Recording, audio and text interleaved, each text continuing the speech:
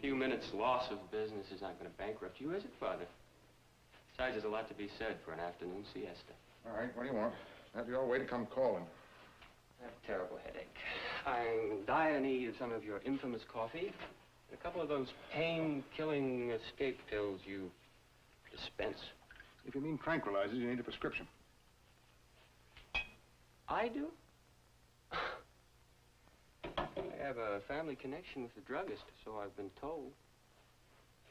I'll get you some aspirin.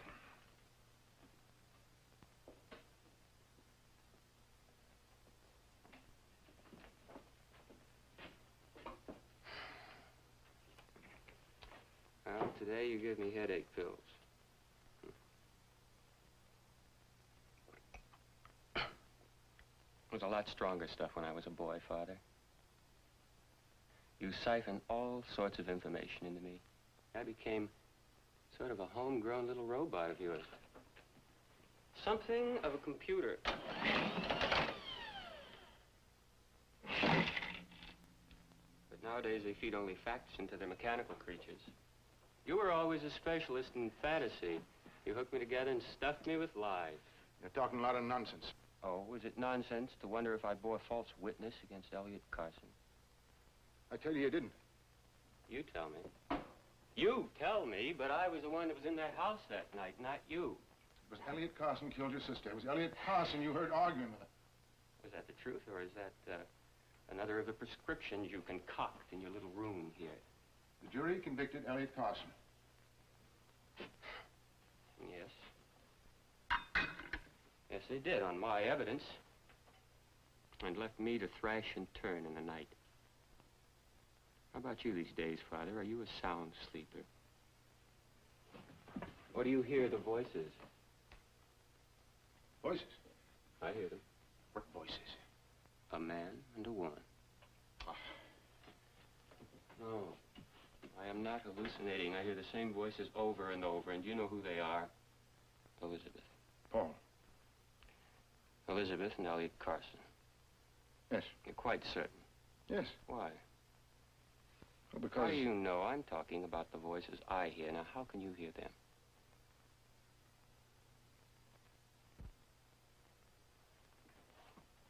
Elizabeth and Elliot Carson. I always thought so, Father. All these years, I thought so. But I've been talking with Carson lately. Oh, well, voices change. You're anticipating me. How could you know that Elliot Carson doesn't sound like the man I hear?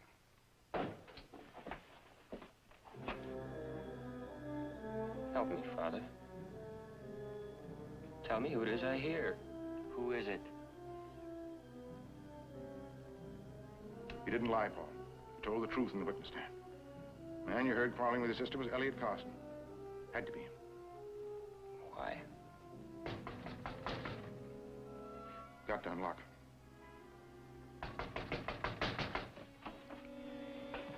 Yes, Father, you've got to unlock.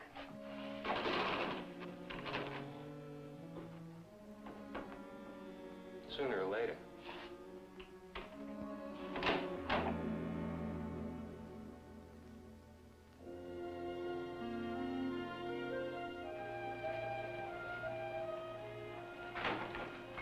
Oh, Ruth.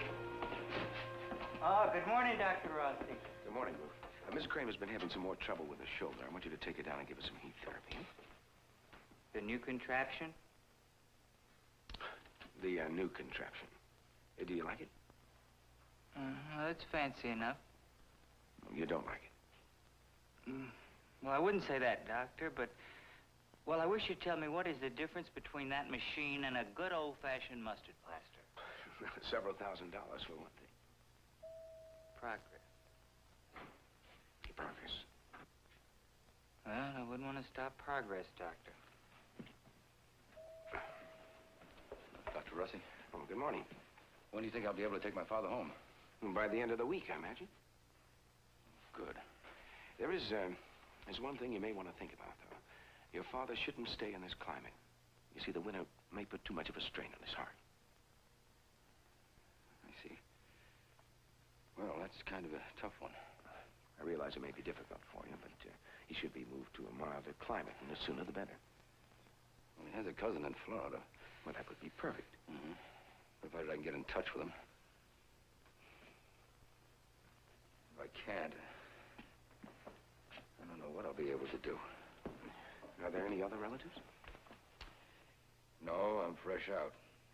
Except for the ones on the French Riviera, of course, but then that's too far for Dad to travel. Can we be serious about this? I am serious. I've got no money. That tends to make a man very serious, especially when he needs it. You probably wouldn't understand that, Doctor. You think I was born with some kind of a silver spoon in my mouth? I didn't say that. Well, you said something. What is it? You're beginning to pity yourself? Is that your diagnosis, Doctor? Is it right? Well, I'll give you the symptoms. You make up your own mind. I'm beginning to envy anyone with a career, income. Anyone who can do what he wants and go where he pleases. And see whomever he pleases. That's right, Doctor. See whomever he wants, whenever he wants. If whoever wants to see him. That's right.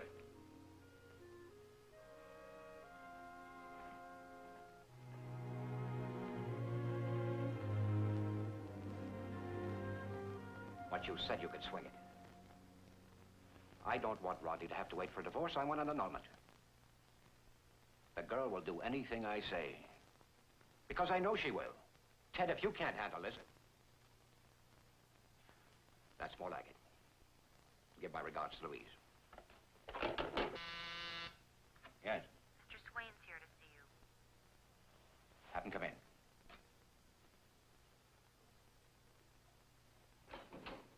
Hello, Matt. It's good to see you. Leslie, I got this notice this morning of your petition to contest Catherine's will. I find it hard to believe. I don't see why. As one of the executors of a will, surely you can understand my feeling about that codicil. I want it proved invalid. You mean you're going to drag Catherine's name through the courts? To question her sanity? It needn't be that ugly unless her father chooses to make it so. Martin Peyton's a sick man. Exactly, a sick old man who's apt to die any moment. Why should the stock revert to him? Because it was Catherine's final wish. Her malice. Matt, I have every right to this mill, legally and morally. You're my friend. You've watched me build this business for 25 years. And I watched you destroy, too. Catherine? Yourself. That's a matter of opinion, isn't it? I've had hungers, too, Matt. And you've satisfied them? You better keep this. And what about the boys? Rodney and Norman aren't involved. The boys have always been involved. Yes. Mr. Wainwright is here. Oh? Shall I ask him to wait? No, have him come in. Wainwright and Kennelly, Martin Payne's law firm. We can continue this at another time. I think you're going to regret what you started. Mr. Harrington. Yes, good morning. Matthew Swain. How do you do? Goodbye, Leslie.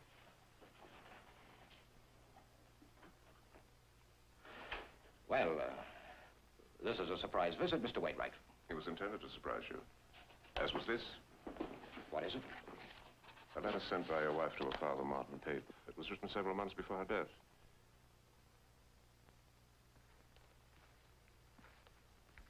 As you can see, it explains exactly why Mrs. Harrington added the codicil to her will. She questioned your relationship with your secretary, Julie Anderson. What? Oh, come now. Your wife had few remaining illusions, Mr. Harrington. She refers to your unfaithfulness as far back as 18 years ago. At that time, the woman was named Elizabeth Carson. This is ridiculous.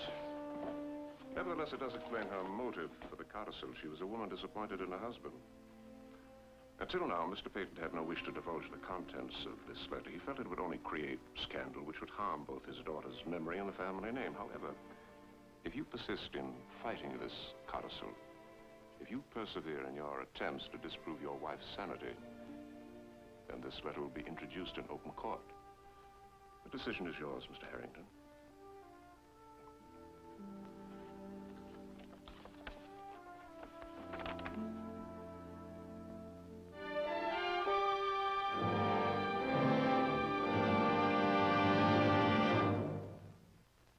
Preview from the continuing story of Peyton Place.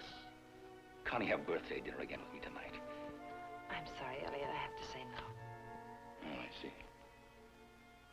going to testify that she wasn't really herself. If you do this to my mom's memory, I could see you out begging with a tin cup and it wouldn't bother me one bit.